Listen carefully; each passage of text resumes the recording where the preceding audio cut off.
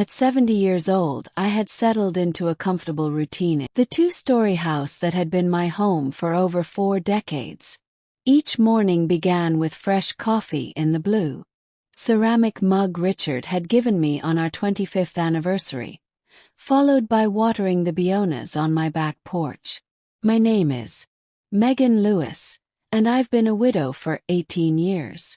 Richard, my husband, had been a dedicated accountant at the same firm for 30 years before a sudden heart attack took him away. He left me financially secure, not wealthy by any means, but comfortable enough to maintain our home and live without constant worry. "Good morning, Mrs. Lewis," called Mrs. Patterson from next door as she collected her newspaper. She was in her 50s, a decade or so younger than me, but we'd been neighbors long enough to develop a comfortable friendship. "Good morning, Diana. Beautiful day, isn't it?"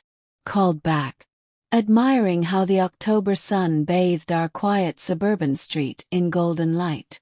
After watering my flowers, I returned to the kitchen to make a grocery list for the week.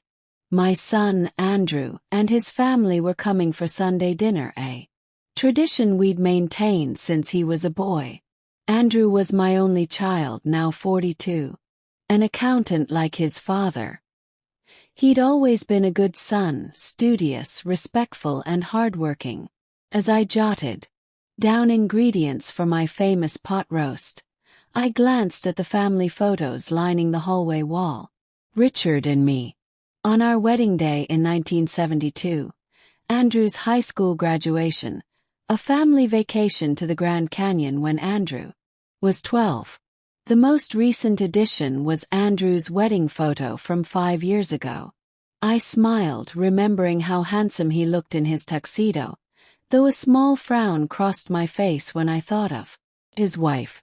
My cell phone rang, interrupting my thoughts. I still wasn't entirely comfortable with technology, but Andrew had insisted I keep it with me for emergencies. "Hello," I answered slightly louder than necessary. "Mum, it's Andrew. Are we still on for Sunday dinner?" "Of course, honey. I'm making your favorite pot roast." "Great. Scarlett's excited to see you too." "Oh, and is it okay if we come around 4 instead of 2? Scarlett has a thing earlier in the day." Thing was always a thing with Scarlett. In 5 years of marriage, I'd never known her to be specific about these things that consistently delayed their visits or cut them short. "That's fine, dear. We'll see you both at 4. After hanging up, I sighed and continued with my list. Tried to be fair about Scarlett. She was beautiful and charming when she wanted to be. She worked at an upscale clothing boutique downtown and always dressed impeccably. But there was something about her that made me uneasy. Calculation behind her smile, perhaps, or the way her eyes assessed everything around her like she was taking inventory. Richard would have known what to make of her. He'd always been an excellent judge of character. "People show you who they are, Mag," he used to say. "You just have to pay attention." Missed his wisdom every day. 5 years earlier, I had been preparing dinner in this very kitchen when I heard Andrew's car pull into the driveway. It was unusual for him to visit unannounced, but I was always happy to see him. The front door opened and I heard 2 sets of footsteps in the hallway. "Mom," Andrew called, his voice unusually animated. "Are you home?" "In the kitchen, dear." I wiped my hands on a dish towel and turned to greet him. Andrew appeared in this doorway, and beside him stood a slender blonde woman with perfect posture and a dazzling smile. She wore a stylish cream-colored dress that likely cost more than my entire wardrobe. "Mom, I want you to meet Scarlett Wright." Andrew's face glowed with happiness as he looked at her. "The woman of my life." My heart squeezed at the sight of my son so obviously in love. Scarlett stepped forward, extending a perfectly manicured hand. Her handshake was firm but somehow cold, like a business transaction. "It's a pleasure to meet you, Mrs. Lewis," she. "Andrew talks about you constantly." Her eyes, a striking shade of blue, assessed me from head to toe, lingering briefly on my simple cotton dress and worn slippers. I suddenly felt shabby in my own kitchen. "Please call me Megan," I said, trying to be welcoming. "Would you both like some coffee? I was just about to make mac and cheese for dinner, but I can whip up something else if you'd prefer." "Mac and cheese sounds wonderful," Scarlett said, though something in her tone suggested otherwise.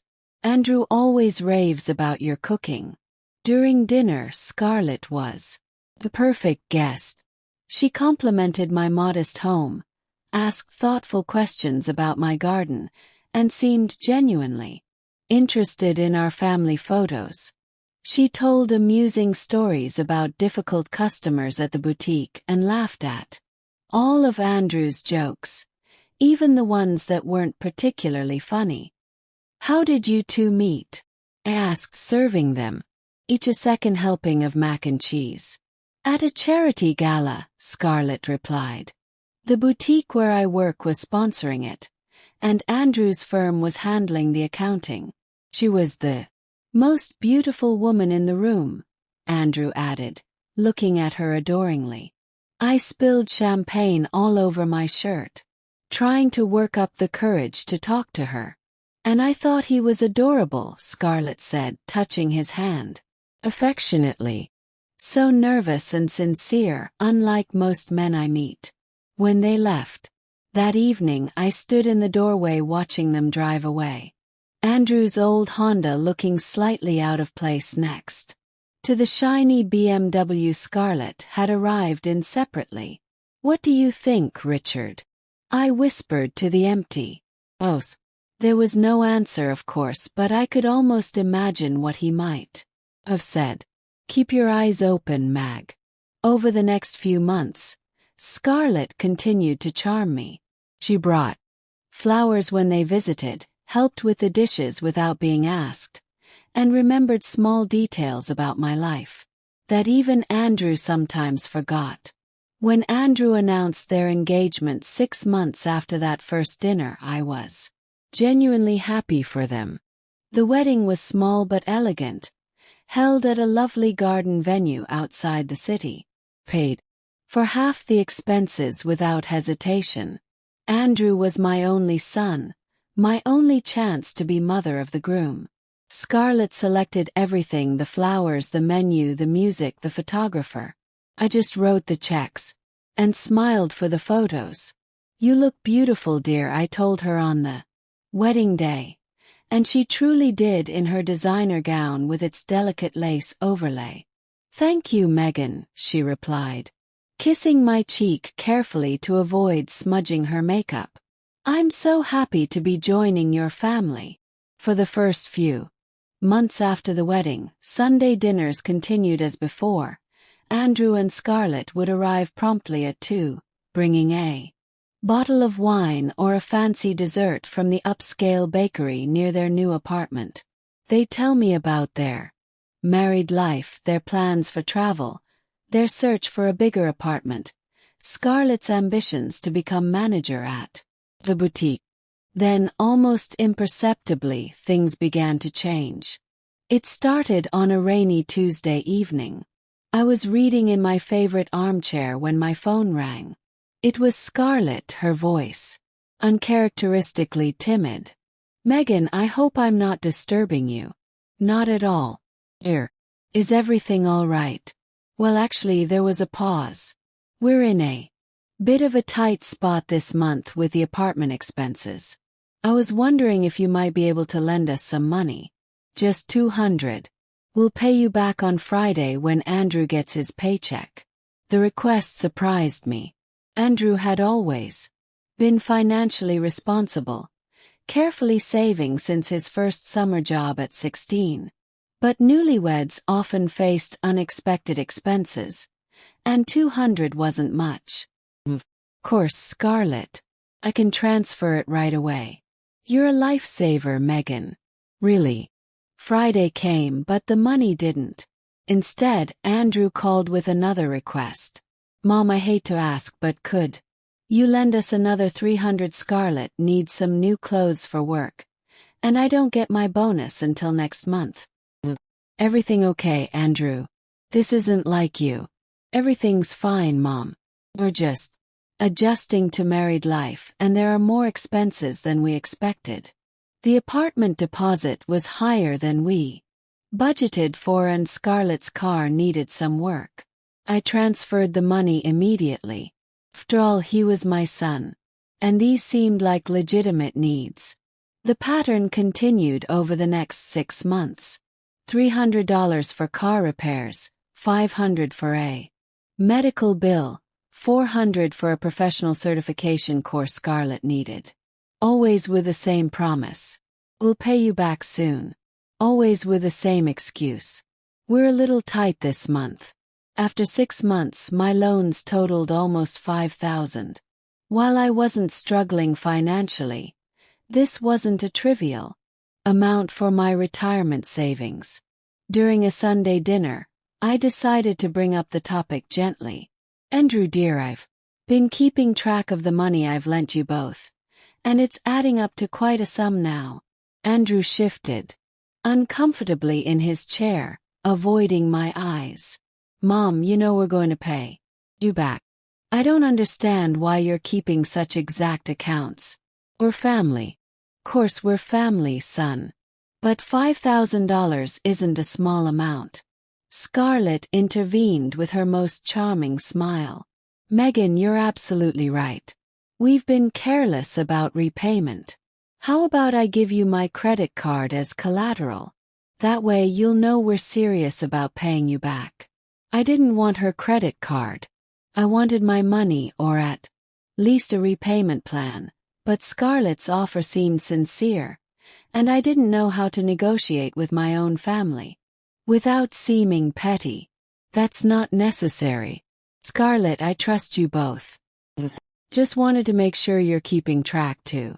A week later, Scarlett called me in a panic. Megan, I have an emergency. My card is maxed out and I need to buy medicine for my mother. She has a terrible migraine. Can I borrow yours just for today? Scarlett's mother lived in Arizona and had never been mentioned as having health problems, but emergencies happened. Gave Scarlett my credit card information over the phone, expecting a single pharmacy charge. At night I checked my statement online. There was indeed a $150 charge at the pharmacy, but there were also charges of $80 at a cosmetics store, $200 at a clothing boutique, and $30 at an upscale restaurant, all made within hours of our phone call. When I confronted Scarlett the next day, she answered with tears in her eyes. I'm so sorry, Megan. I was near the mall after picking up Mom's medicine, and I saw some incredible sales. I just thought since I was already using the card, I'm so embarrassed. I'll pay you back tomorrow. Promise. She didn't pay me back the next day or the next week or the next month. She did continue to ask for my card for emergencies. An emergency for her sister's birthday present. An emergency for shoes she needed for a work event. An emergency for Andrew's anniversary gift. Always emergencies, always urgent. Always with promises of immediate repayment that never materialized. After a year of marriage, Andrew and Scarlett moved to a larger apartment in a trendier neighborhood. They upgraded from their modest cars to newer models. Scarlett's wardrobe expanded with designer labels. Meanwhile, I had lost track of how much money had left my accounts. My comfortable retirement cushion was dwindling month by month. But every time I tried to discuss it, Andrew made me feel guilty.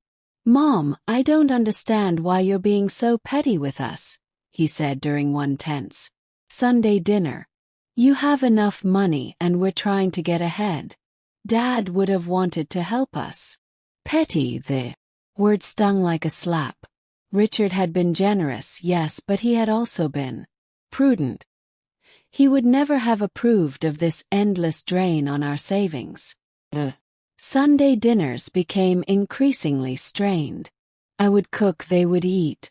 But the conversations always circled back to money bills they couldn't pay, unexpected expenses, opportunities they were missing due to financial constraints.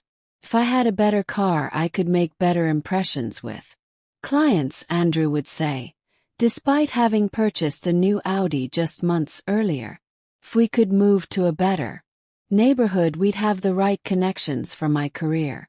Scarlett would add, toying with her new designer watch.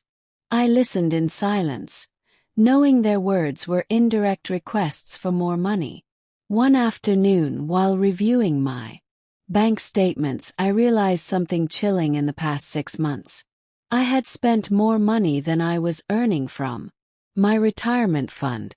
My life savings were being systematically drained to finance Andrew and Scarlett's increasingly lavish lifestyle. I couldn't sleep that night. I stayed awake until dawn, calculating how much money I had lost, how much they owed me, and how much longer I could sustain the situation before I was financially ruined. For the first time in 18 years, my morning coffee ritual brought no comfort. Something had to change. But I didn't know how to confront my own son without destroying our relationship. The following months became a slow torture of small lies and significant losses. Every week brought a new emergency that required my credit card, and every use of my card resulted in expenses I had never authorized. Megan, I need your card to buy medicine for Andrew. He has a terrible cold and needs some expensive cough syrup. Scarlett would tell me in a concerned voice. An hour later, my phone would receive notifications of $400 in purchases at clothing stores. When confronted, Scarlett always had an explanation ready. Oh, I forgot to mention I also needed a new blouse for work. My manager complained that my current ones look worn and I can't risk losing my job in this economy. There was always a justification, always a reason why the extra expense was necessary or unavoidable, and I, who had raised an honest son, was beginning to doubt my own perceptions. The Sunday dinners evolved into financial review sessions. Scarlett would arrive with a mental list of upcoming expenses that required my support. Andrew's college friend is getting married next month. We need appropriate clothes for the wedding. I knew my son well. He had never mentioned this friend before. Andrew would nod without looking up from his plate. His silence a tacit endorsement of Scarlett's fabrications. I need $500 for a dress and shoes. Scarlett continued. Can't show. Looking shabby. His friend's family is very well connected. $500 for a stranger's wedding to impress people I'd never meet. But when I tried to refuse, Andrew would deploy his new strategy. Emotional manipulation. Mom, you don't understand how important this is for us. We're building social connections for our future. Dad would have understood that. The invocation of Richard's name was a new low. My late husband had valued integrity above all else. He would have been heartbroken to see our son using his memory this way. One Thursday afternoon, while I was tending to my garden, I received a call from my bank. Mrs. Lewis, we're calling to verify an unusual purchase on your credit card, a $1,200 transaction at an electronics store. Can you confirm you authorized this $1,200 electronics? I hadn't purchased any electronics. At which store was the purchase made? Tech World at the Metro Mall. No, I did not authorize that purchase. Please block the transaction and issue me a new card immediately. I hung up with shaking hands. Scarlett had my card since Tuesday. To buy medication for a headache. The phone rang 20 minutes later. It was Scarlett, her voice shrill with anger. Megan, what have you done? The card is declined. And I'm standing at the grocery store checkout with a cart full of food. It's not your card, Scarlett, I replied, surprised by the steadiness in my voice. It's my card, and I blocked it because there were unauthorized purchases. Unauthorized. All the purchases I made were necessary. Was a $1,200 electronic purchase necessary? Silence on the other end, then a nervous laugh. Oh, that Andrew needed a new laptop for work. His old one crashed, and he couldn't wait to discuss it with you. Why didn't you consult me before making such a large purchase? 'Cause we knew you would say no. You always find excuses not to help us when we really need something. The accusation hit me like a physical blow. I, who had been financing their increasingly extravagant lifestyle for 2 years, was now being cast as the villain for protecting what remained of my savings. Scarlett, go home. We'll talk when you're calmer. Can't go home. My cart is full of groceries, and I can't pay for them. You need to come here and bring cash. Hung the phone.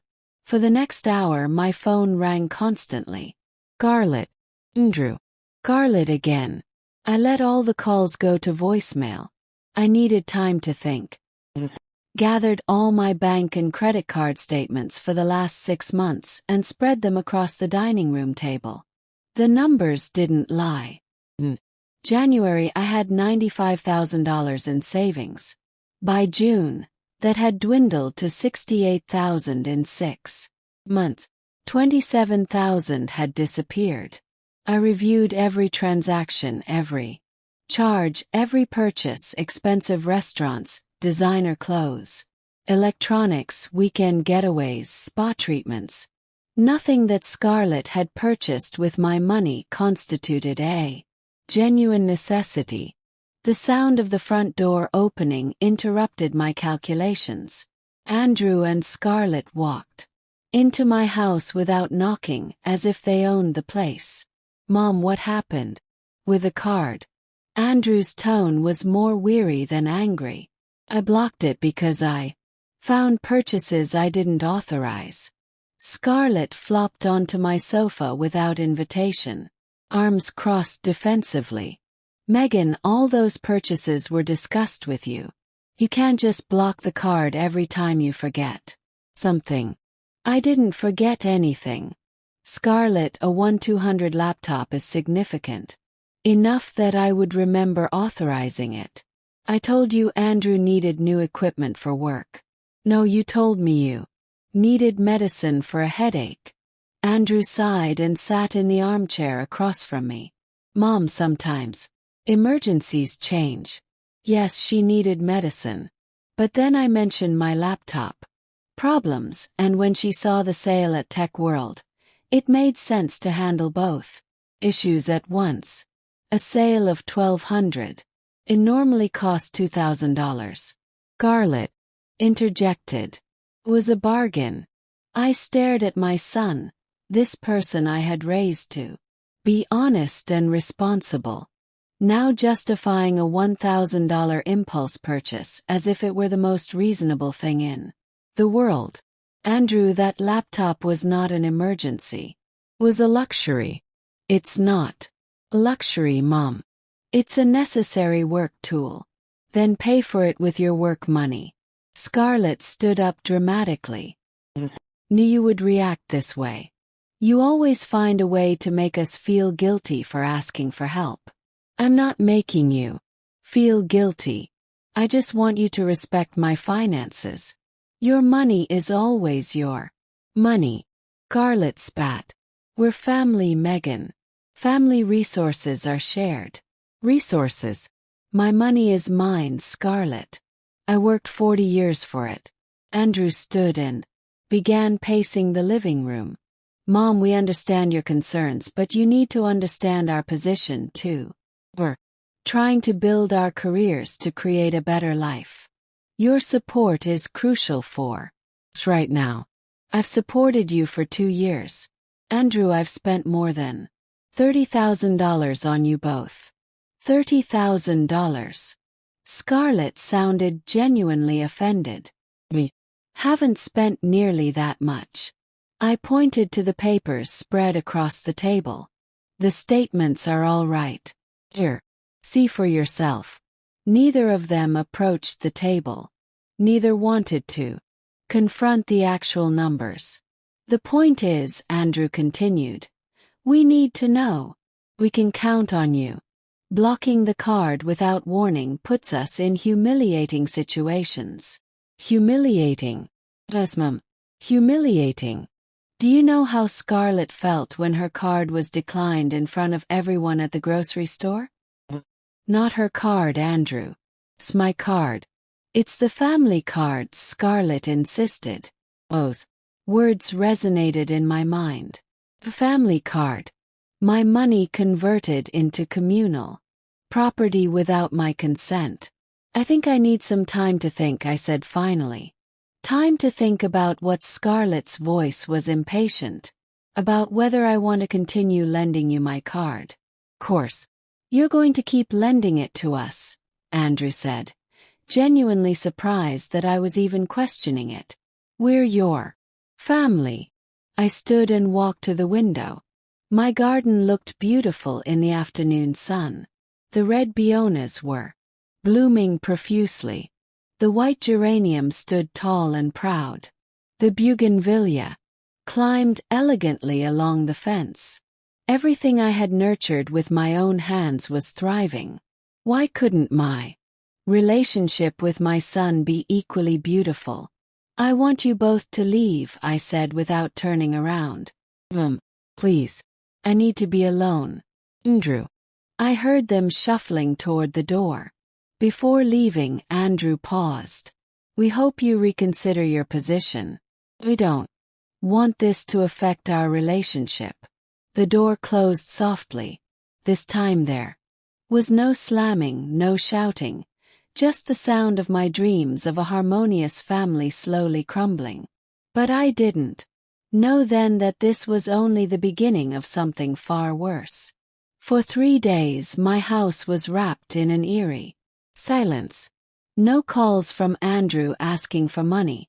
No surprise visits from Scarlett with new emergencies.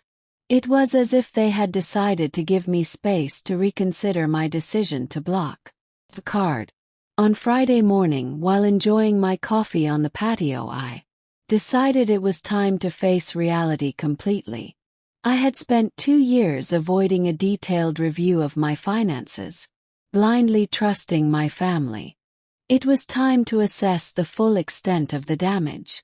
I sat at my computer and opened my online bank accounts. The numbers on the screen hit me like a punch to the stomach. 2 years ago, I had $120,000 and in retirement savings. Now just over $70,000 remained. $50,000 had vanished. I printed every statement from the past 24 months. The printer worked steadily for 20 minutes, spitting out page after page filled with numbers that told the story of my own naivety. I spread everything on the dining room table and began to categorize the expenses: reasonable grocery purchases, occasional acceptable restaurant meals. Then there was everything else. March $500 at a jewelry store. I hadn't bought any jewelry. April $700 on women's clothing. I didn't wear $700 clothes. May $300 at a day spa. I didn't go to spas. June $1 on electronics. I barely knew how to use my basic cell phone. July $800 on perfumes and cosmetics. My perfume cost $30 and lasted me 6 months. The list continued page after page. Every month contained purchases I had never authorized, expenses for things I would never use. Money spent in places I had never visited. I picked up my phone and called my bank. Good morning, Mrs. Lewis. Can I assist you today? I need detailed information on all my credit card transactions for the past 2 years. You send me a complete report. Course. Is there a specific issue with your account? There are transactions I don't recognize. Understand. We'll send you the full report by secure email within 1 business day. Also, recommend checking if anyone else has access to your card. Someone else, I whispered. Scarlett. After hanging up, I went to my bedroom and opened the lockbox where I kept important documents, my passport, house deed, insurance, policies, and Richard's will. At the bottom, I found something that chilled me to the bone. A photocopy of my credit card front and back, including the 3-digit security code. In the corner was a note in Scarlett's handwriting for emergencies. When had she made this copy? When had she been in my bedroom, in my private lock? Without my knowledge. Since when did she have unrestricted access to my financial information? The phone rang. It was Scarlett, her voice honeyed and sweet, the tone she used when she wanted something. Megan, how are you? Missed you these past few days. I'm fine, Scarlett. Good to hear from you. Have a tiny favor to ask. Do you remember your card security number? I want to order something online and I don't have the card with me. The world seemed to stop. She had a copy of my card and was now asking for the security code as if it were nothing, as if it were the most natural request in the world. Where is my card, Scarlett? Of course. Don't you remember giving it to me a few months ago for emergencies? I didn't recall giving her my card permanently. I remembered temporary loans, one-day favors, specific emergencies. But according to Scarlett, I had authorized her to keep my card indefinitely. Scarlett, I need you to return my card. Immediately. Why did something happen? I need to have it with me. But Megan, how will we handle emergencies? We'd have to bother you every time we need something urgent. Yes, you'll have to ask for my permission each time. A long silence followed. You know what? We should talk. In person. I'm coming over. No, Scarlett. Just give me my card back. I'm coming over. She repeated firmly and hung up. 20 minutes later, I heard Andrew's car parking in front of my house. This time they didn't barge in. They rang the doorbell like proper visitors. Opened the door to find Scarlett alone, smiling as if nothing had happened. Hi, Megan. May I come in? I let her in, though every instinct warned me not to. She sat on the sofa and took my credit card from her designer purse. Here's your card, she said, placing it on the coffee table but not pushing it toward me. But before I give it back, I think we need to talk about what? About why you suddenly don't trust us.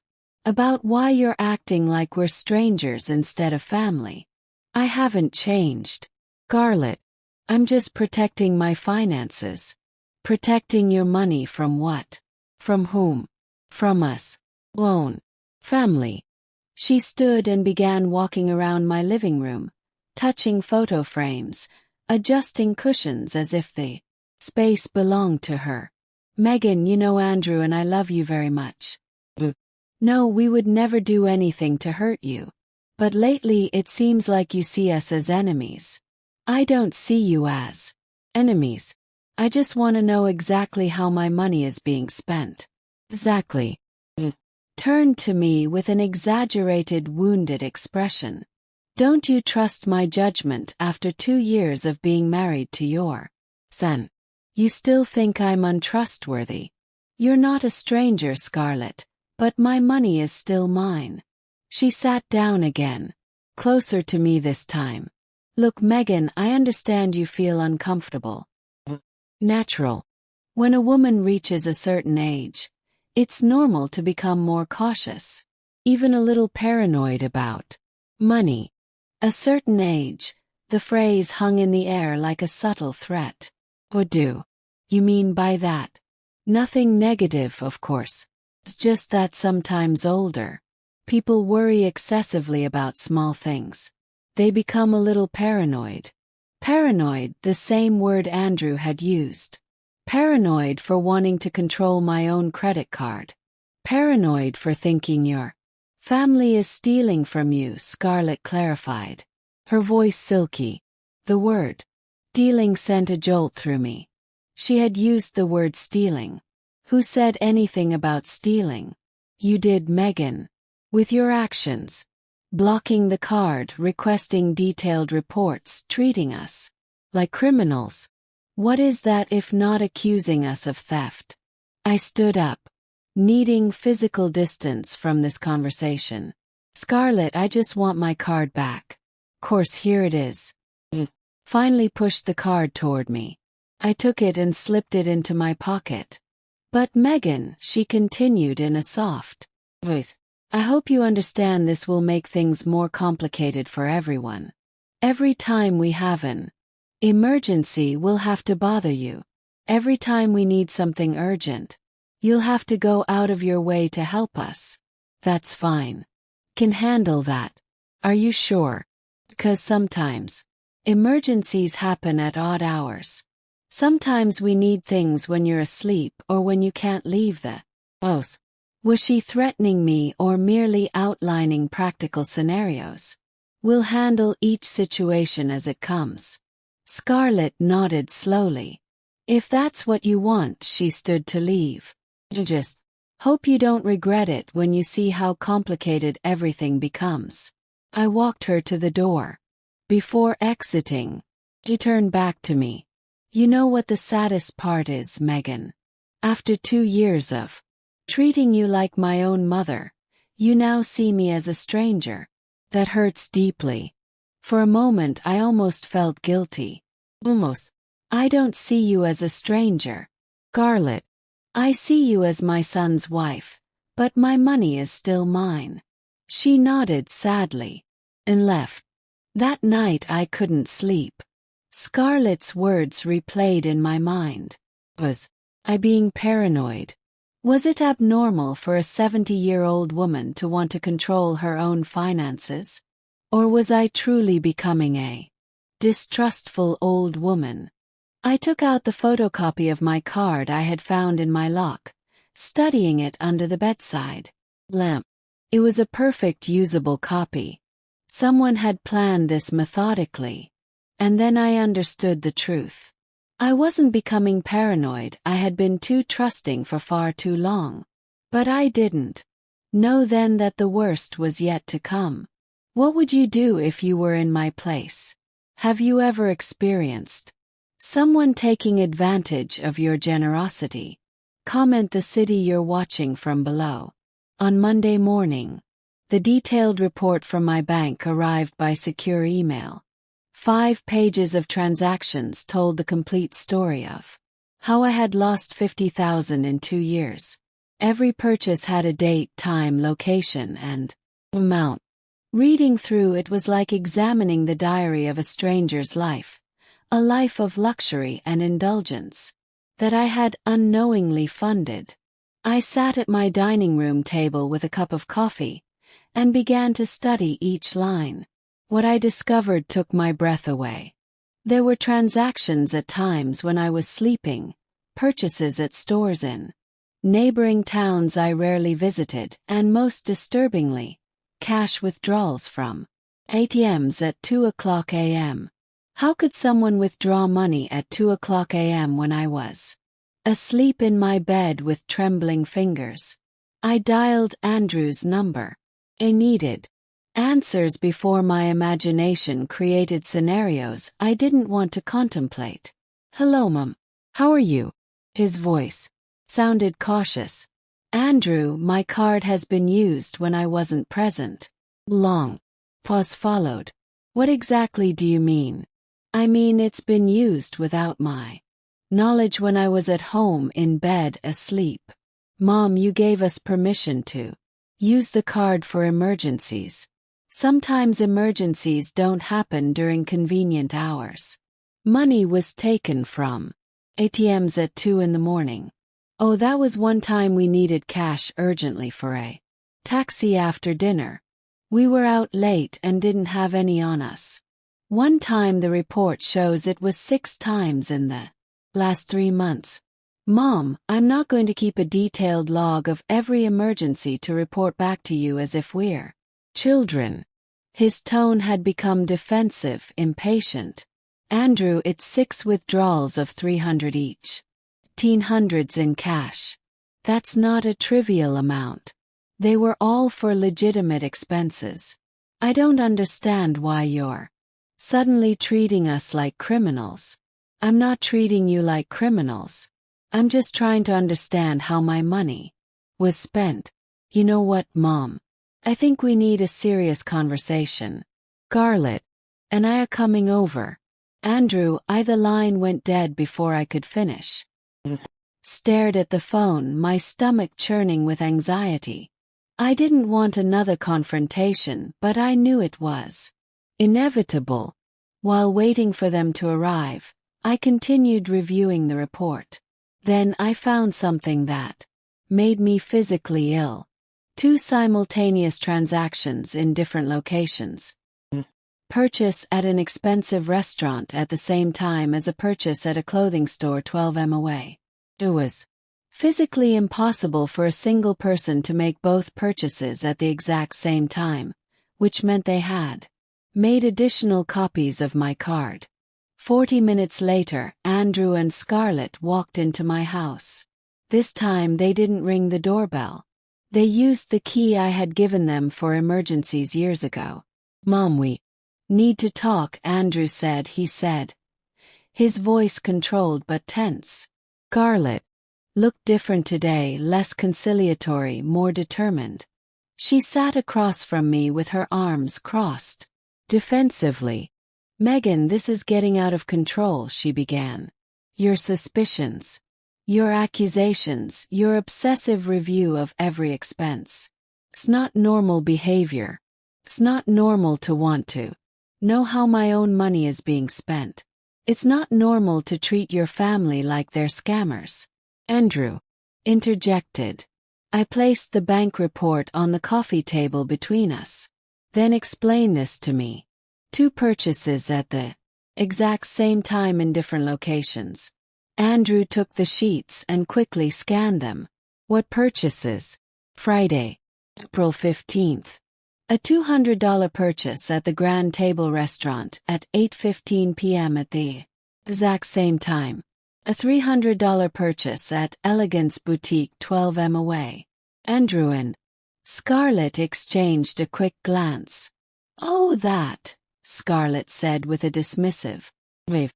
I was at the restaurant and Andrew was buying me a surprise gift at the boutique. We used both cards at the same time. Both cards. Your card and my card. Andrew explained. But my card got declined that day, so I had to use yours for the gift too. The explanation sounded rehearsed. Too perfect. But I had no way to prove they were lying. Many copies of my card exist. Ask directly. Copies. Scarlett feigned confusion. What copies? I retrieved the photocopy from my pocket and placed it on the table. This copy with your handwriting on it. Scarlett picked it up and examined it as if seeing it for the first time. Oh, I made this copy months ago so I'd have the numbers in case I lost the original card during an emergency. Is that wrong? Did you make more copies? No, of course not. Why would I to make simultaneous purchases in different places? Andrew stood up abruptly. Mom, stop. We can't take these accusations anymore. They're not accusations, Andrew. They're legitimate questions about my own money. Accusations of fraud. You're accusing us of stealing from you. I just want explanations. Scarlett stood as well and approached me. Megan, do you know how deeply this hurts us? Do you understand how it feels for your own mother-in-law to think you're a thief? Her eyes filled with tears. But this time they didn't move me. I just want the truth. The truth is you're becoming paranoid, Andrew said, his voice rising. The truth is that every time we need your help, you make us feel like criminals. The truth is, Scarlett continued with a trembling voice, we're considering distancing ourselves from you until you get professional help. Professional help, I repeated, stunned. Yes, Mum. Andrew's voice softened slightly. Think you should talk to a doctor. These personality changes, this paranoia, this distrust of your own family. It's not normal at your age. My personality hasn't changed. I'm just protecting my finances. Your personality has changed. Scarlett insisted. Before you were generous, loving, trusting. Now you're suspicious, stingy, hostile. Stingy for not wanting to give away $50,000. It hasn't been $50,000, Andrew protested. I gathered all the bank statements and spread them across the table. The numbers are right here. Count it yourself. Neither of them even glanced at the papers. I'm not going to participate in this obsession of yours with keeping exact accounts of every favor you've done for us, Andrew said. Dismissively. Or family. Favors 50,000 thousands are favors. Yes, Mom. Favors from a mother to her son. It's what normal families do. Normal families don't hide copies of credit cards. Scarlett picked up the photocopy from the table. Do you want me to tear it up? Will that make you feel better? Ripped the paper into small pieces and let them fall onto the table. Or, are you happy now? How many other copies did you make? One. I didn't make any other copies. Then explain the late-night withdrawals and the simultaneous purchases. I already explained them. Scarlett's composure was slipping. Andrew approached and placed his hand on my shoulder. Mom, this has to stop. You're destroying our family relationship over money. I'm not destroying anything. I'm just protecting what's mine. Protecting it. From what? From us. Protecting my finances. Your money isn't in danger with us. Scarlett said softly. Your money is in danger with you. What does that mean? Do you know how many people your age lose all their savings by making poor decisions, by becoming paranoid and isolating themselves from their families? Poor decisions like trusting. Poor decisions like pushing away the only people who truly care about you because of unfounded suspicions. Andrew replied coldly. He removed his hand from my shoulder. Mom, I'm going to make you a proposal. Give us one last chance to prove we're worthy of your trust. Give us access to your card for one more month. If at the end of that month, you're not completely satisfied with how we've managed the expenses, we'll never ask you for money again. Scarlett nodded enthusiastically. It's an excellent idea. We'll show you that you can trust us completely. I looked at them both, my son and my daughter-in-law, asking for one last chance to prove their honesty. Sounded reasonable. It sounded like something a normal family might do. But something in their eyes told me it wasn't a request. It was a demand, disguised as a compromise. I need some time to think, I said finally. Time to think about what? Mom, if you trust your own family, time to decide if I'm making a mistake. Andrew sighed heavily. Fine, take your time. But in the meantime, we're also going to take some time. What does that mean? Means that until you decide to trust us again, we're going to keep our distance. We don't want to keep feeling like criminals with every visit. They headed for the door. Before leaving, Scarlett turned around. I hope that when you reconsider all this, you realize that we are the only thing you have without family. Money is worthless. The door closed behind them, and I was left alone with the papers scattered on the table and the weight of a decision I didn't know how to make. Was I a paranoid mother, destroying her family relationship over money? Or was I an older woman being manipulated by her own family? I didn't know which possibility frightened me more. For a week, I heard nothing from Andrew or Scarlett. The silence felt strange after 2 years of constant calls asking for money, surprise visits, and urgent emergencies that required my credit card. First, the silence was a relief. I could water my plants without interruptions, read my books in peace, and cook for myself without preparing extra portions. But after 5 days, the silence began to feel like a punishment. Was this what they wanted, to isolate me until I gave in to their demands on Saturday morning? While organizing my closet, I found something that made me pause. At the bottom of the last drawer, wrapped in an old handkerchief, was the pearl necklace Richard had given me for our 15th anniversary. I hadn't worn it in years. I took it out and held it up to the light. The pearls were still beautiful, perfect, and lustrous after so many years. I remembered the night Richard placed it around my neck, his hands trembling slightly as he struggled with the clasp. "For the strongest woman I know," he had whispered. "So you never forget your worth." My worth. When had I started to doubt it, I decided to put on the necklace and leave the house. I needed fresh air, needed to see people, needed to remember that a world existed beyond this situation with Andrew and Scarlett.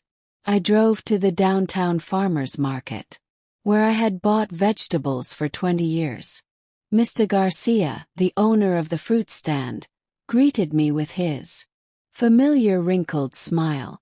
"Mrs. Lewis, so good to see you. How have you been?" "Been okay, Mr. Garcia. A little worried lately, but I'm managing." "Worried about what? Your health, your family?" He nodded, understanding. "Families can be complicated. I have 4 children, and each one gives me a different kind of headache. Did you ever feel that your children saw you only as a source of money?"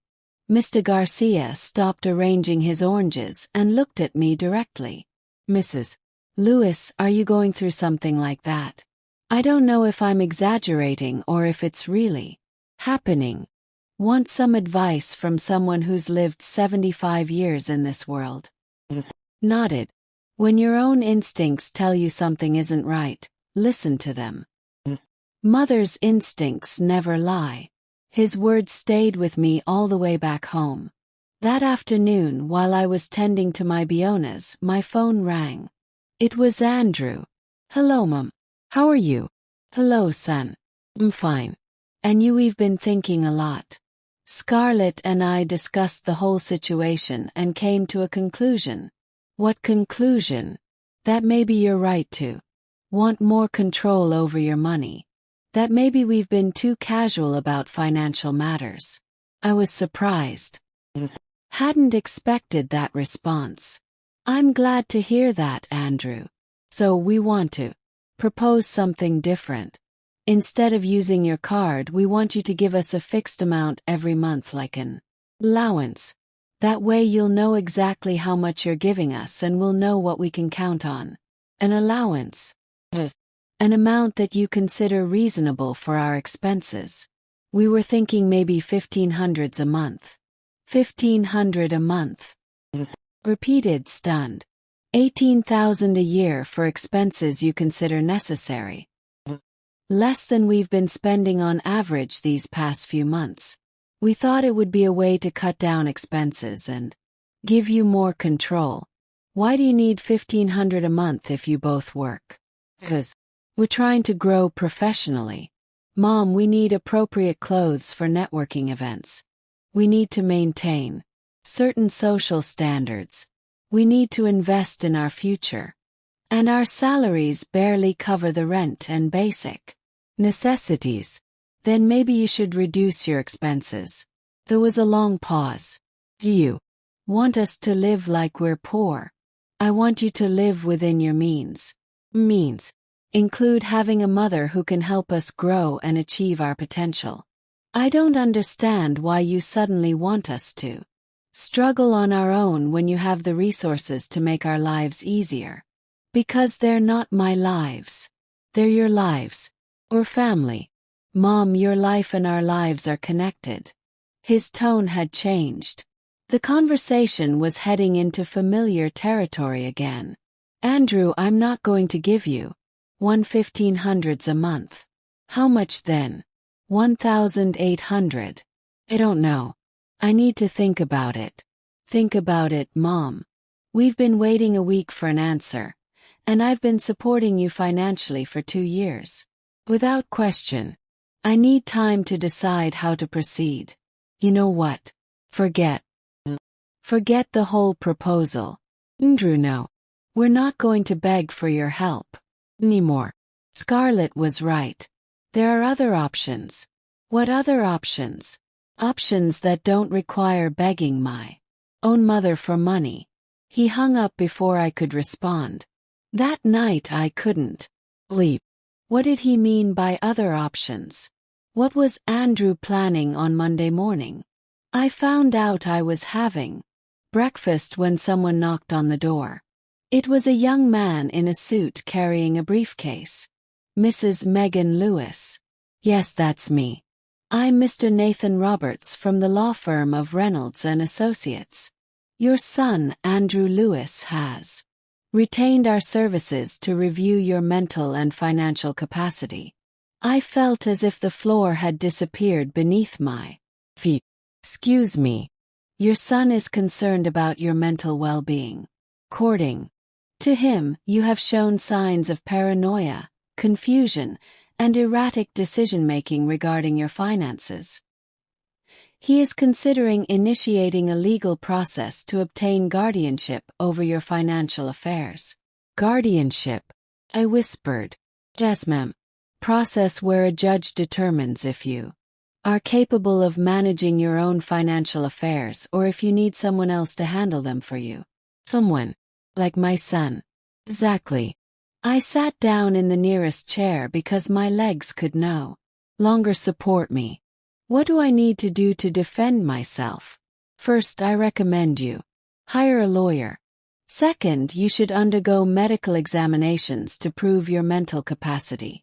Third, you should gather evidence that you manage your finances responsibly. How much time do I have? If they decide to proceed formally, you will receive an official summons with 30 days to respond. This is merely a courtesy visit to inform you of the potential action. The young lawyer left, leaving me alone with the realization that my own son was considering legally taking control of my money. My own son. That afternoon I called my neighbor, Barbara Thompson. I had known her for 12 years, but we had never developed a close friendship. Still, I needed to talk to someone, and she had always seemed like a sensible woman. Barbara, could you come over? Need some advice.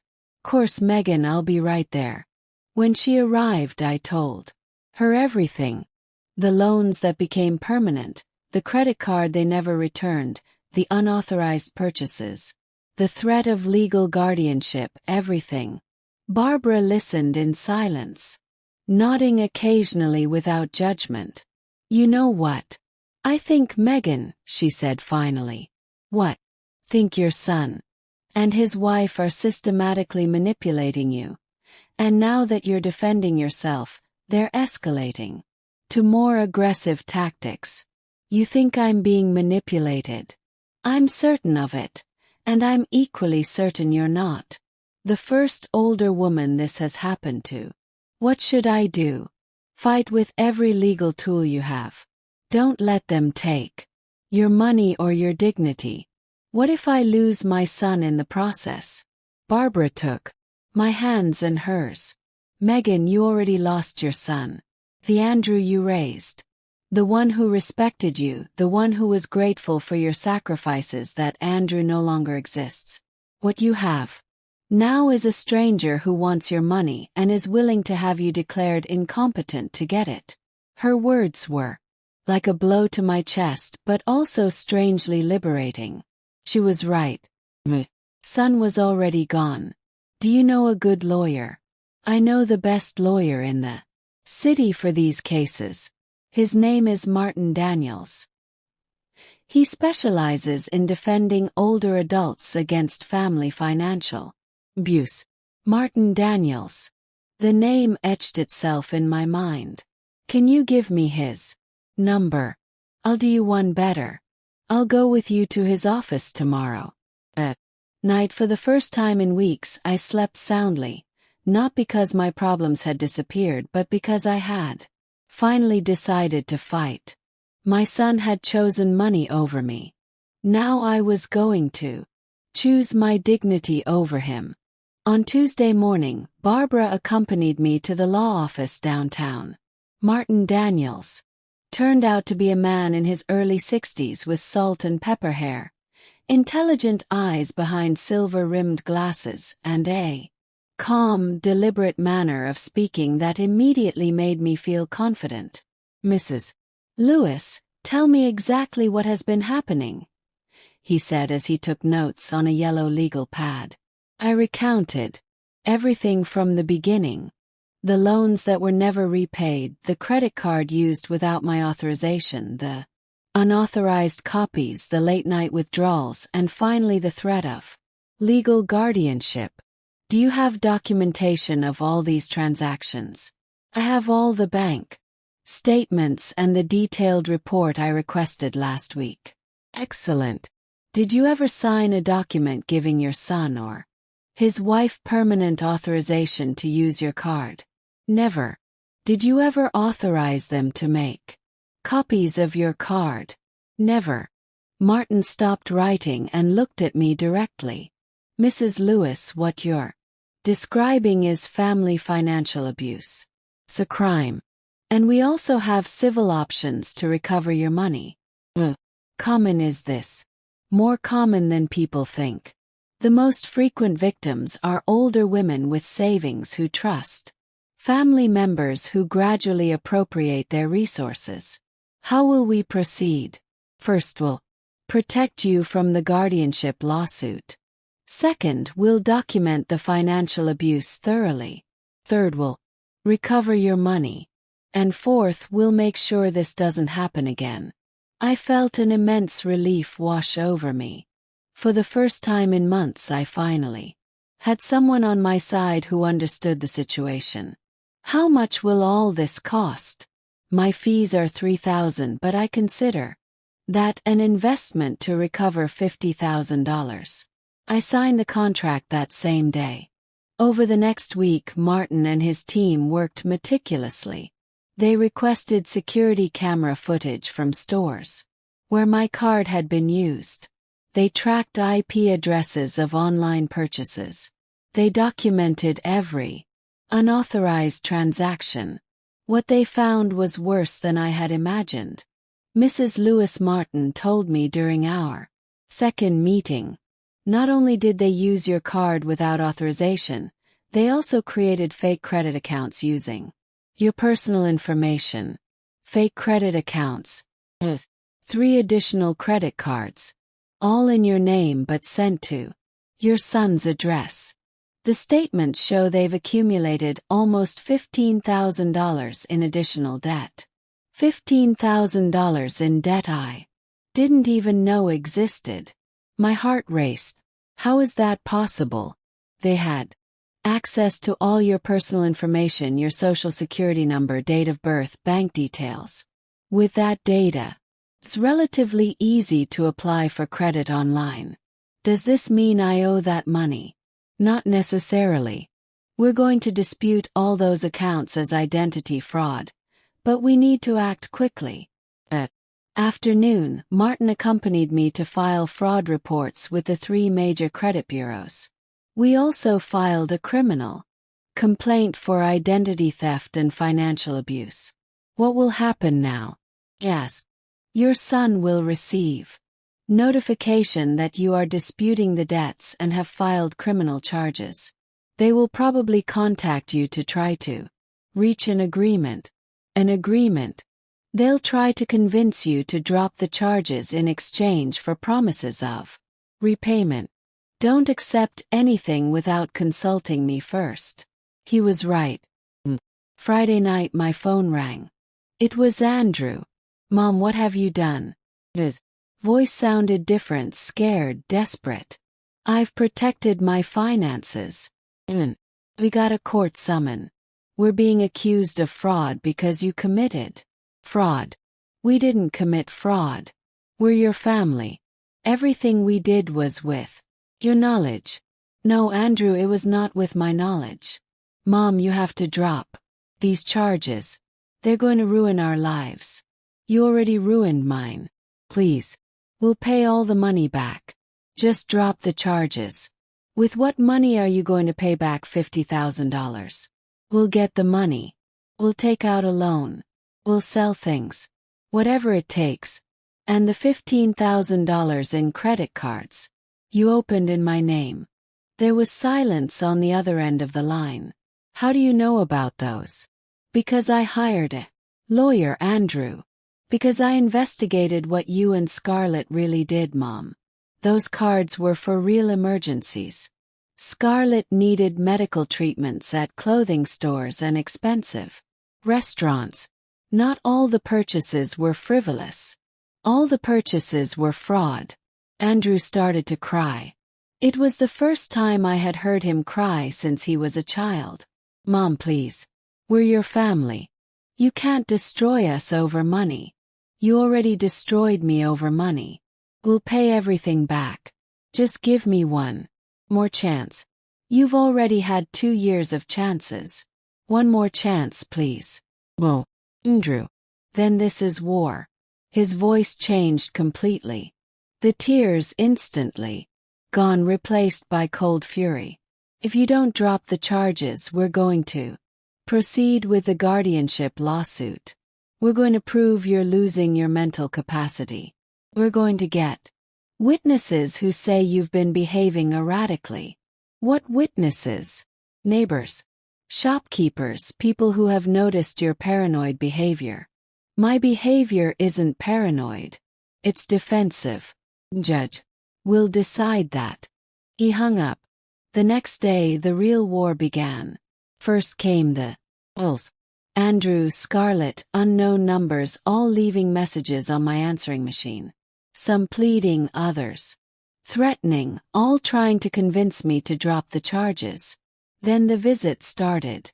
Andrew would show up at different times of the day, knocking insistently, yelling from the street that he just wanted to talk. Scarlett sent her friends to knock on my door with invented pretexts.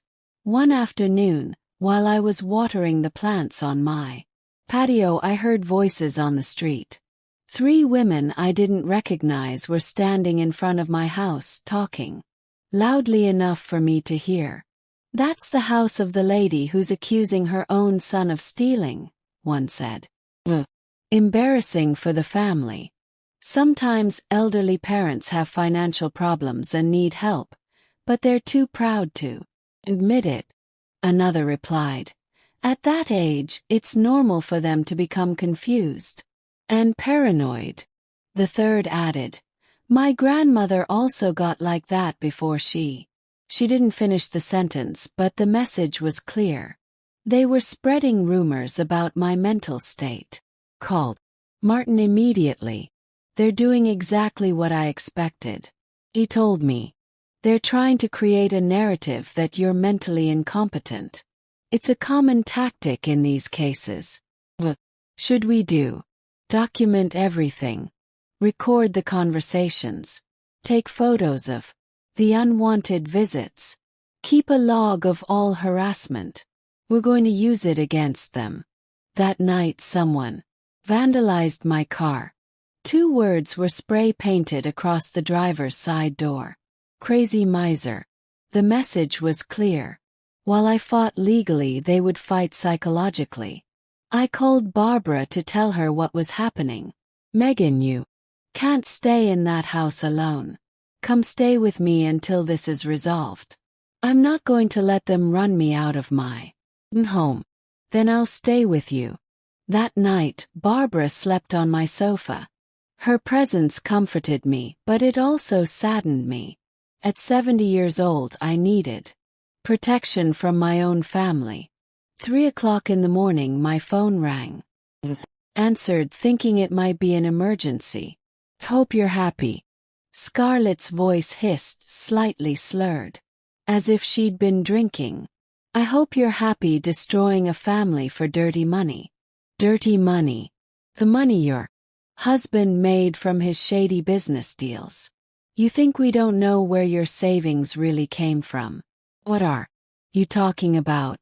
Ask the people in the neighborhood what kind of man Richard Lewis really was. Ask them what they thought of his late-night meetings and mystery cash deposits. She hung up before I could respond. Richard had been an accountant of absolute integrity. He had worked for the same respected firm for 30 years. He hadn't had any late-night meetings or mystery cash. But now I understood how far they were willing to go to destroy my reputation. They were attacking the memory of my deceased husband. Barbara, I whispered in the darkness. I think this is going to get worse before it gets better. I know, she replied from the sofa. But we're going to stand together through it. For the first time in months, I didn't feel completely alone. I had Barbara. I had Martin. And I had the truth on my side.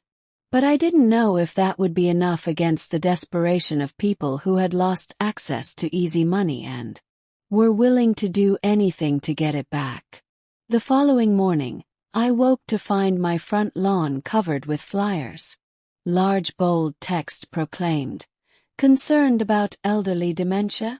Call 555,123. For help." Several neighbors were already outside picking up the papers from their own yards with confused expressions. "This is getting ridiculous," Barbara said, helping me gather the flyers. "They're trying to make the whole neighborhood think you're mentally unfit." I nodded, struggling to maintain my composure. Martin said to document everything, I reminded her, taking pictures with my phone. Later that day, Andrew showed up at my door with a woman he introduced as Dr. Reynolds, a geriatric specialist. "Mom, we're just concerned about your health. Dr. Reynolds can evaluate you right here at home. It's completely confidential." "I have my own doctor, Andrew," I replied through the barely open door. Dr. Washington has been my physician for 15 years, and she has no concerns about my cognitive health. "But Dr. Washington isn't a specialist in geriatric care," the woman interjected smoothly. "At your age, specialized care is critical.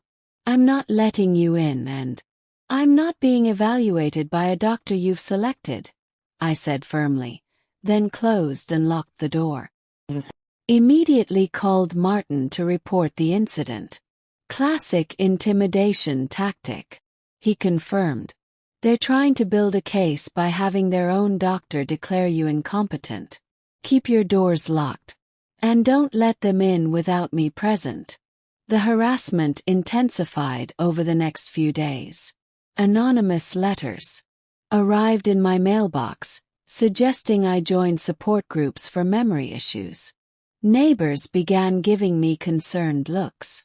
The checkout clerk at the grocery store asked if I needed help remembering my PIN when I used my debit card.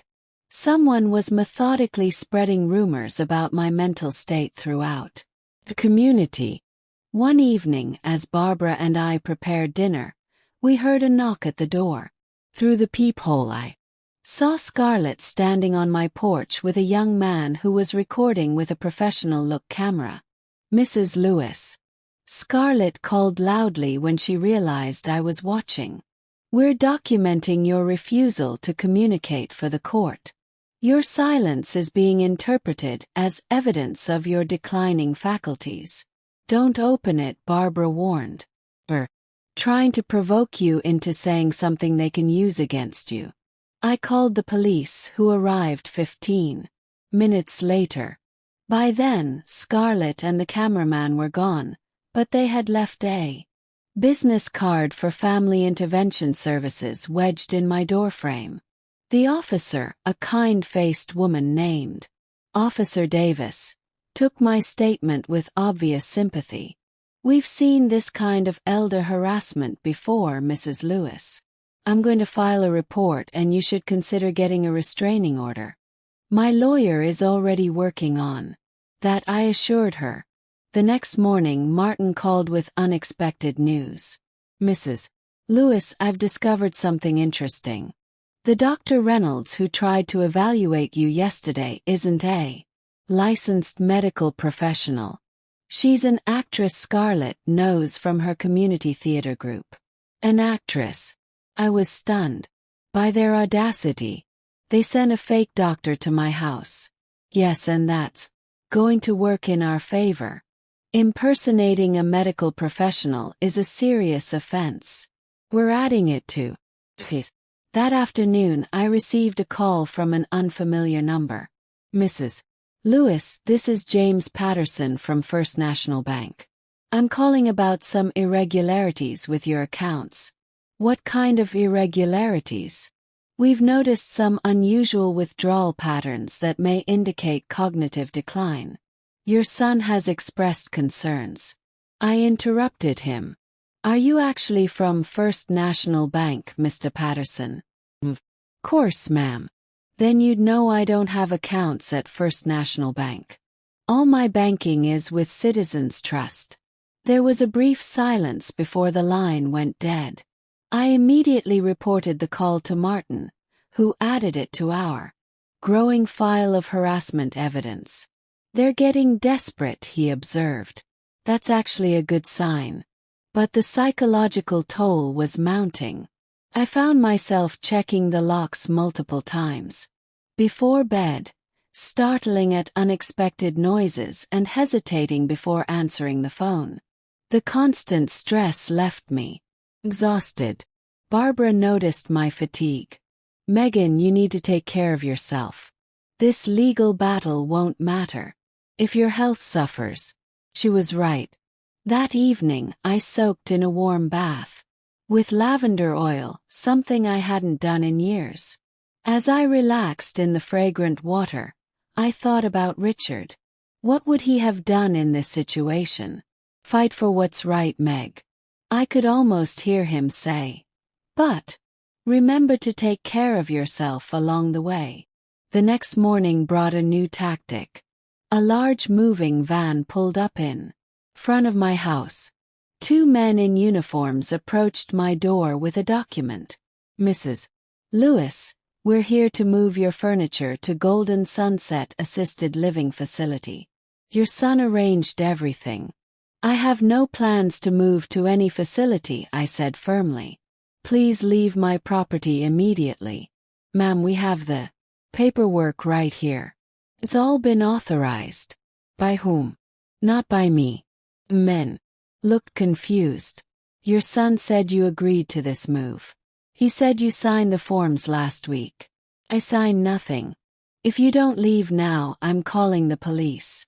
They retreated to their truck to make some calls.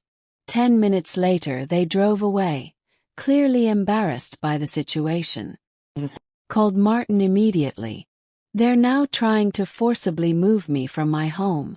This crosses a line, Martin said, his usual calm voice now tight with anger. We're filing for an emergency restraining order today. Meet me at my office in an hour. As I prepared to leave, I noticed a car slowly driving past my house. It was Scarlett watching. Our eyes met briefly through the windshield instead of looking away in shame. She smiled, a cold, calculating smile that chilled me to the bone.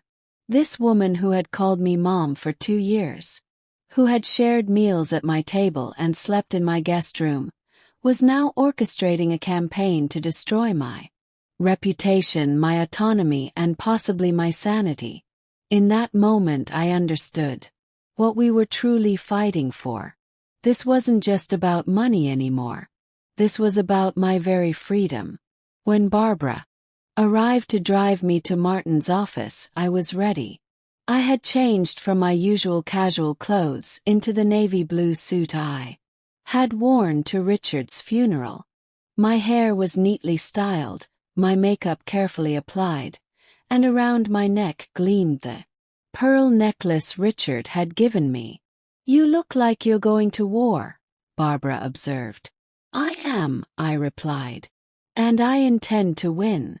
I'm glad you're still with me. If you've just joined, please comment the city you're watching from below." The courthouse stood imposing against the morning sky. Gray stone facade, a testament to the permanence of justice. Martin and I arrived early, walking up the wide steps, with Barbara following close behind for moral support. Inside, the marble floors echoed with our footsteps as we made our way to courtroom 3. "Remember," Martin said quietly, "stay calm no matter what they say. Judge Harrington is known for his fairness, but he has little patience for emotional displays." I nodded, clutching my handbag tightly. Inside were all the original bank statements, the detailed transaction report, and the photocopy of my credit card with Scarlett's handwriting, all safely preserved in plastic sleeves. I had dressed carefully in a conservative navy blue dress with my pearl necklace, wanting to project the image of the composed, mentally sound woman I was. Andrew and Scarlett were already seated on the opposite side of the courtroom with their lawyer, a sleek young man in an expensive suit who kept shuffling through papers nervously. When our eyes met, Andrew quickly looked away, but Scarlett held my gaze with cold defiance. She looked different today, her usual stylish attire replaced by a modest beige outfit that made her appear younger, more vulnerable. The transformation was calculated. I knew everything about Scarlett was calculated. Judge Michael Harrington entered, and we all rose. He was a man in his mid-50s, with salt and pepper hair and reading glasses perched on his nose. After the formalities, he reviewed the files before him with methodical precision. "This is a complex case," he began with. "Serious allegations on both sides. Mrs. Lewis is alleging financial abuse and identity theft against her son, Andrew Lewis, and his wife, Scarlett Wright. Lewis, conversely, Mr. Lewis is petitioning for guardianship of his mother's finances on grounds of diminished mental capacity and erratic financial behavior." He looked up, his gaze moving between both parties. "We will address both matters today. Mrs. Lewis's complaint will be heard first." Martin presented our case methodically. He displayed enlarged copies of my bank statements on an easel, highlighting the pattern of escalating withdrawals. He showed the credit card statements with unauthorized purchases circled in red. He presented the detailed report from the bank showing simultaneous transactions in different locations and late-night ATM withdrawals. "Your Honor," Martin said, "over a 2-year period, the defendant systematically depleted Mrs. Lewis's retirement savings by approximately $50,000 through unauthorized use of her credit card and direct cash transfers. When Mrs. Lewis finally took steps to protect her finances, they escalated to identity theft by opening 3 fraudulent credit accounts in her name, accumulating an additional $15,000 in debt." He handed the judge a folder. "These are the credit account statements, all in Mrs. Lewis's name, but sent to the defendant's address. Mrs. Lewis had no knowledge of these accounts until our investigation. Andrew's lawyer, Mr. Peterson, rose to object. Your Honor, my clients had verbal authorization for all financial transactions. Mrs. Lewis willingly shared her credit card information and personal data as part of their family financial arrangement. Did Mrs. Lewis sign any written authorization? Judge Harrington asked. No, Your Honor, but in close family relationships, verbal agreements are common. Mrs. Lewis never objected to any transactions until her recent TG changes in behavior. What changes in behavior are you alleging? Paranoia, suspicion, hostility toward family members. Classic signs of early cognitive decline in elderly individuals. I felt my face flush with anger, but remembered Martin's advice and kept my expression neutral. Martin countered immediately. Your Honor, we have evidence that directly contradicts this claim. He produced another folder. These are the security camera recordings from several retail establishments where Mrs. Lewis's card was used while she was demonstrably elsewhere. He displayed a split screen on the courtroom monitor. On one side was footage of Scarlett using my card at a boutique. On the other was my phone record showing I was on a call from my home landline at the exact same time. Mrs. Lewis could not have authorized these purchases in person because she was physically elsewhere. Furthermore, Martin produced the torn pieces of the photocopy I had found, now reassembled and preserved in a plastic sleeve. This is a copy of Mrs. Lewis's credit card with Mrs. Scarlett Lewis's handwriting on it. Note the instruction for emergencies. This demonstrates premeditated intent to use the card without direct authorization. Judge Harrington examined the evidence carefully.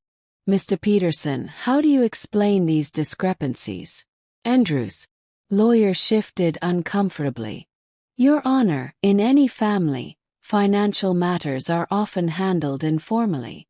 My clients believe they were acting within the parameters of their understanding with Mrs. Lewis. That doesn't explain the credit accounts opened in Mrs. Lewis's name without her knowledge. The judge observed.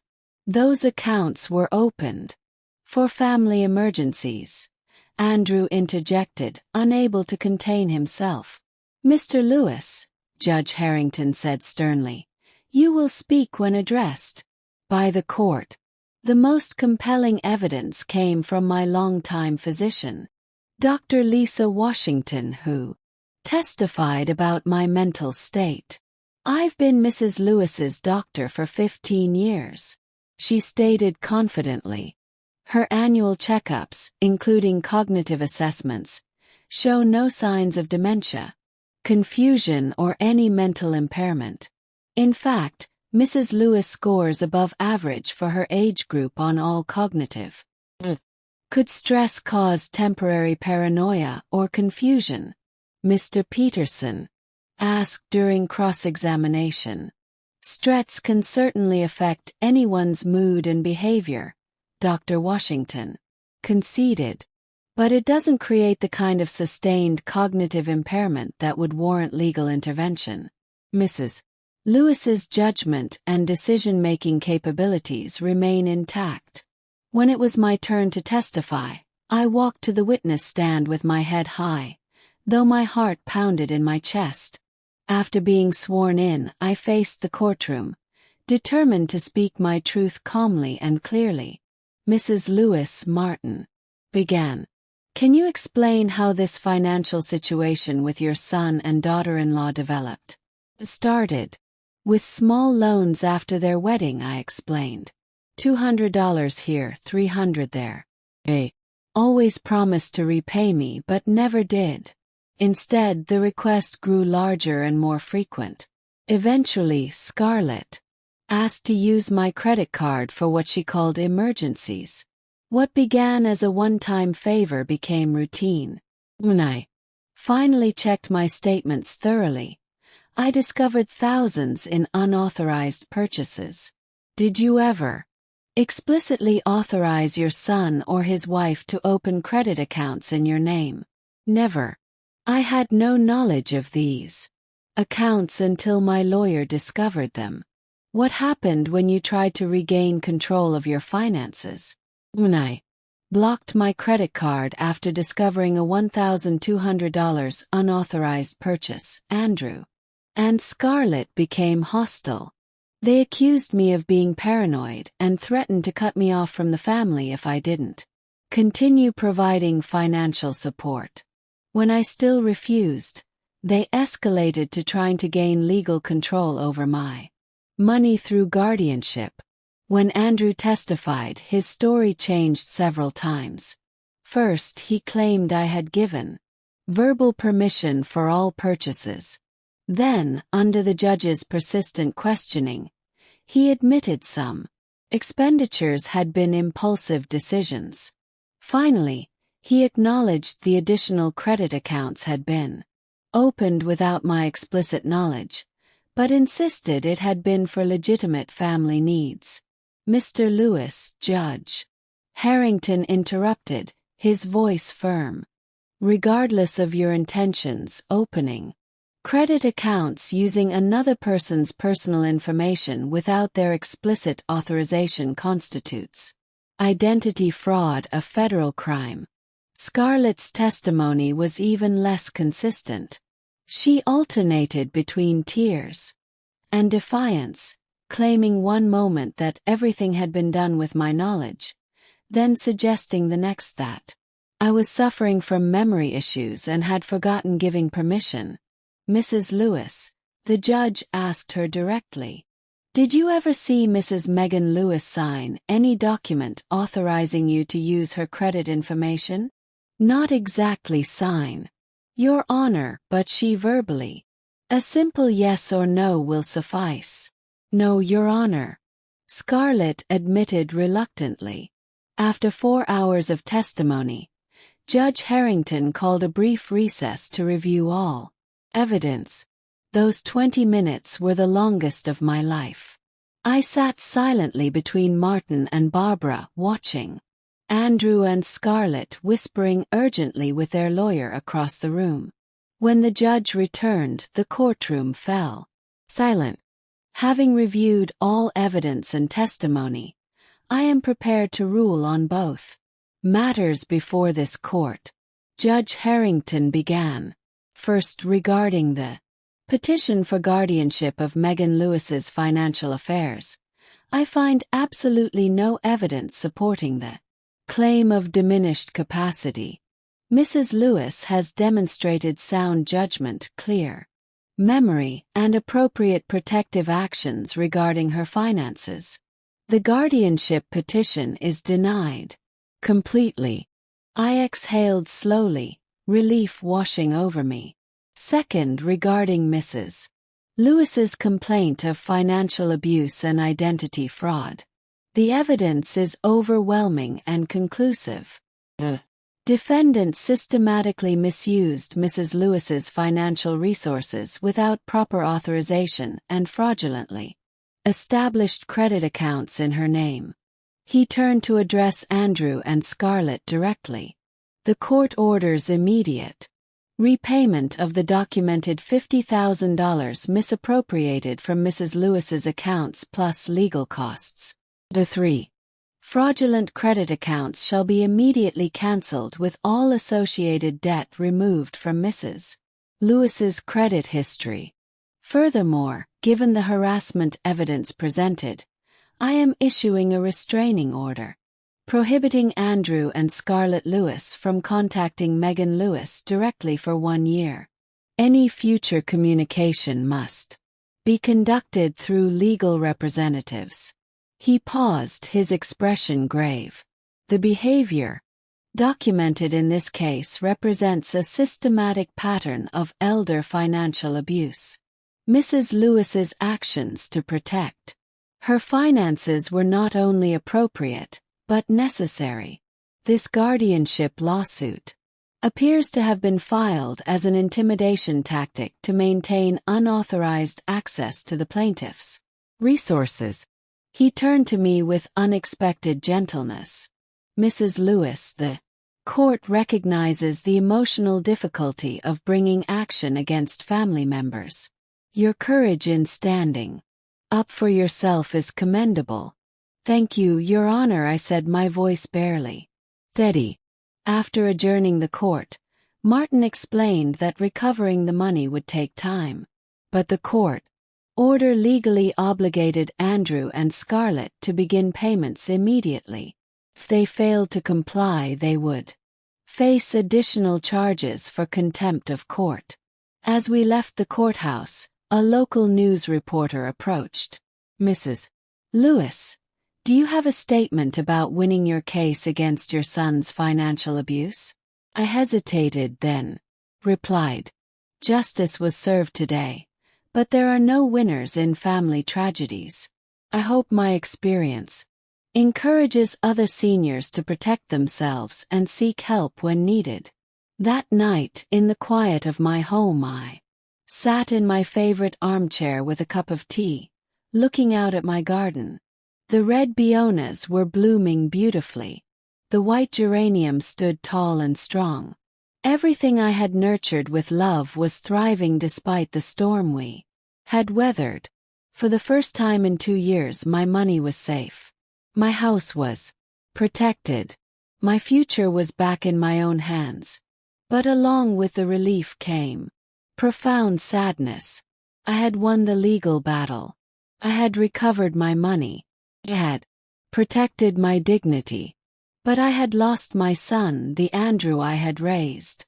The boy I had nursed through childhood illnesses. The young man I had supported through college. That Andrew was gone, replaced by a stranger who had been willing to declare me mentally incompetent to access my money. Justice had triumphed. But my mother's heart was broken. 6 months after the hearing, my life had found a new normal. The court-ordered payments arrived punctually each month, gradually restoring my financial security. More importantly, I had regained my peace of mind. Martin diligently supervised Andrew and Scarlett's compliance with the court order, ensuring every payment was made in time. During those months of legal work, our conversations had evolved beyond legal matters. I discovered that Martin had been a widower for 6 years with 2 adult children who lived in other states, and that he shared my passion for gardening. How do you get your bougainvillea to bloom so magnificently? He asked one afternoon, while we were reviewing the latest payment documents on my patio. Patience and consistent care, I replied. But everything worthwhile in life. His visits became more frequent and less professional. He would arrive with pretexts about documents to sign, but stay for coffee and conversation. We discussed books, politics, our experiences of marriage, and our hopes for the future. His company made me feel valued not for my money but for who I was as a person. One Sunday afternoon in October, as we shared tea and homemade cookies in my garden, Martin took my hand. Megan, these months with you have been the happiest I've known since I lost my wife. You've restored my faith that life can still hold joy and companionship at our age. And you've restored my confidence that good people exist who don't want to take advantage of me, I replied, surprised by the emotion in my voice. Does it seem absurd that a 62-year-old lawyer is thinking about courting his 70-year-old client? I laughed, feeling a warmth I hadn't experienced in years. It seems perfectly wonderful that a 70-year-old woman is feeling butterflies in her stomach like a schoolgirl. Martin and I began dating properly. Dinners at restaurants, walks in the park, visits to art exhibitions. He treated me with a respect and consideration I had almost forgotten existed. When he proposed 6 Months later, I accepted without hesitation. We married in a small, intimate ceremony, just the two of us. Barbara as my witness, Martin's brother as his, and the judge who pronounced us husband and wife. It was perfect in its simplicity. Martin moved into my house, bringing his law books, his jazz record collection, and a quiet joy that filled every room. Together we redesigned Richard's study as our shared library. Together we expanded the garden with new varieties of roses. Together we built routines that brought us both contentment. In the afternoons, while I baked, Martin worked on pro bono cases, helping other older adults who were victims of family financial abuse. It had become his specialty after my case, and he found deep satisfaction in protecting vulnerable people. Every case I win is a victory for human dignity, he would tell me. And I owe it all to your courage, Megan. Andrew attempted to contact me once, 8 months after my marriage to Martin. He called on a Tuesday evening. Mum, it's Andrew. No, I'm not supposed to call you directly, but I needed to tell you something. Andrew, you know you can't contact me without going through Martin. I just want to say I'm sorry. Together we redesigned Richard's study as our shared library. Together we expanded the garden with new varieties of roses. Together we built routines that brought us both contentment. In the afternoons, while I baked, Martin worked on pro bono cases, helping other older adults who were victims of family financial abuse. It had become his specialty after my case, and he found deep satisfaction in protecting vulnerable people. Every case I win is a victory for human dignity, he would tell me. And I owe it all to your courage, Megan. Andrew attempted to contact me once, 8 months after my marriage to Martin. He called on a Tuesday evening. Mum, it's Andrew. No, I'm not supposed to call you directly, but I needed to tell you something. Andrew, you know you can't contact me without going through Martin. I just want to say I'm sorry. Scarlett and I are getting divorced. She left with another man, taking everything we managed to save after the lawsuit. I'm left with nothing. No money, no wife, and no mother. All because I followed her schemes. I felt a pang of maternal pain. But I was no longer the same woman who had been manipulated for years. Andrew, I'm sorry you're going through this, but decisions have consequences.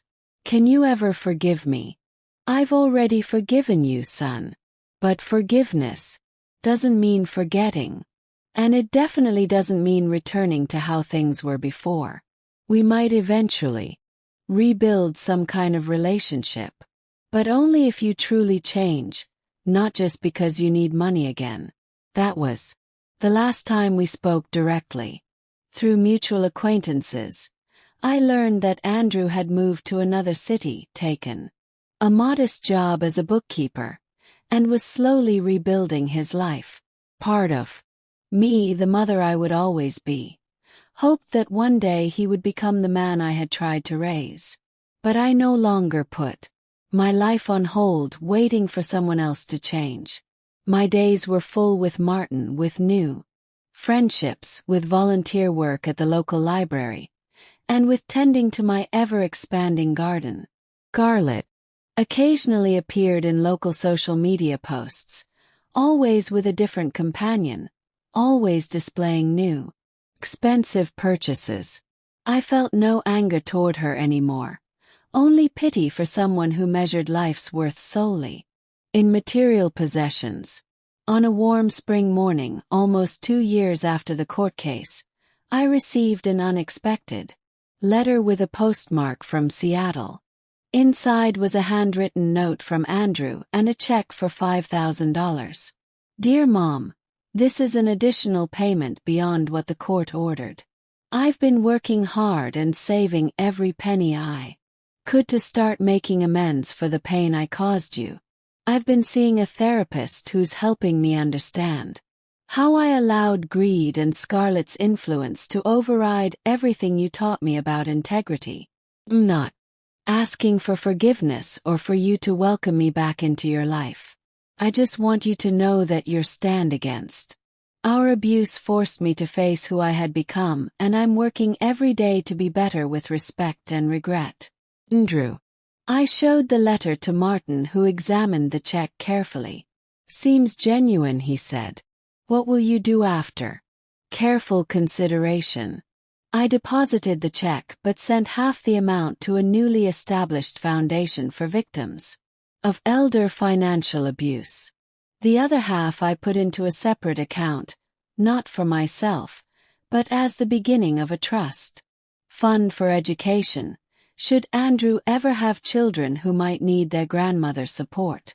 That summer I was invited to speak at a community center about my experience. Standing before a room of seniors and their adult children, I shared the painful lessons I had learned.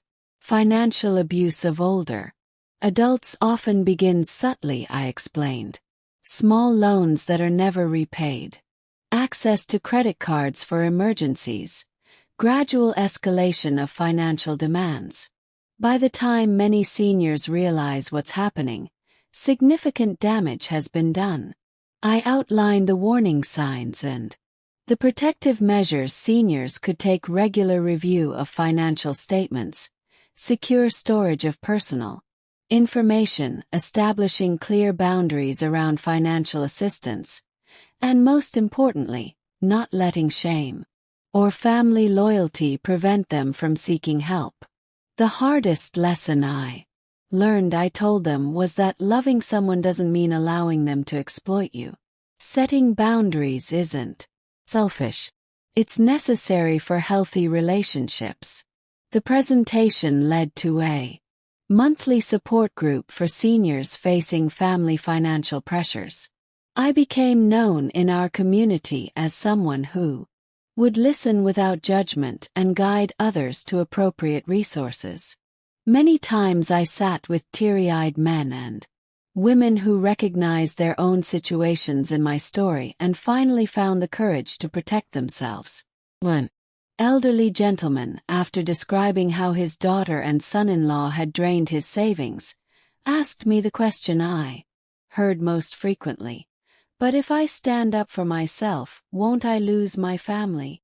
That's the fear that keeps many of us silent, I acknowledged. But ask yourself, have you already lost the authentic relationship you thought you had as a relationship based on financial exploitation? Really the family connection you want to preserve? My work with seniors brought unexpected healing each time I helped someone else find their voice and protect their dignity. My own wounds healed a little more. On my 73rd birthday, Martin surprised me with a small party in our garden. Barbara was there along with several friends from the support group. In the library, as we enjoyed cake and laughter under the shade of the old oak tree, Martin raised his glass in a toast to Megan, whose courage not only reclaimed her own life, but has helped so many others find their strength. Later that evening, as we sat on the porch watching fireflies dance in the twilight, I reflected on the journey of past 3 years. Do you have any regrets? Martin asked, seeming to read my thoughts about standing up for myself. Not one, I replied firmly. About the years of manipulation I endured before finding my voice. Many do. But regrets don't change the past. They only steal from the present. You're a wise woman, Megan Lewis Daniels. Smiled at the sound of my new hyphenated name. Not wise enough to avoid being exploited, but perhaps wise enough to learn from it. That's the only wisdom that matters, Martin said, taking my hand. The kind that transforms pain into purpose. 3 months later I received another letter from Andrew, this one containing a sonogram image. He and a woman named Rachel were expecting a child, a girl. They planned to name her Megan. The letter included no requests. No hints about reconciliation or financial needs. Just a simple sharing of news he thought might matter to me. Wrote back with congratulations and enclosed a small handmade baby blanket. It wasn't forgiveness exactly that had already been given. It was something more tentative, but perhaps more important, the possibility of a new beginning. At 73, I had learned that it's never too late to defend your dignity. Never too late to say no. Never too late to start over. I had lost significant money and nearly lost my only son in the process. But I had gained something more valuable. My freedom, my self-respect, and the chance at true love in the most unexpected season of my life. Every morning I wake in my own home with my finances secure beside a man who loves me for who I am rather than what I possess. It is a victory sweeter than I could have imagined. Life taught me that sometimes to gain everything you must be willing to risk losing what you thought you couldn't live without. Did you like my story? Which city are you watching from? Let's meet in the comments. If you enjoyed this story, you can support me by sending a super thanks so I can keep bringing more stories like this. Thank you for your sweet support. On the screen you can see 2 new life stories that I highly recommend. So much more on my channel. Don't forget to subscribe. See you in the next life story. The story continues in the next chapter in the next linked video. But first, I need you to subscribe to join the family as we are looking forward to hit our first 10,000 subscribers target, and feel free to share your story in the comments. You matter, your voice does too.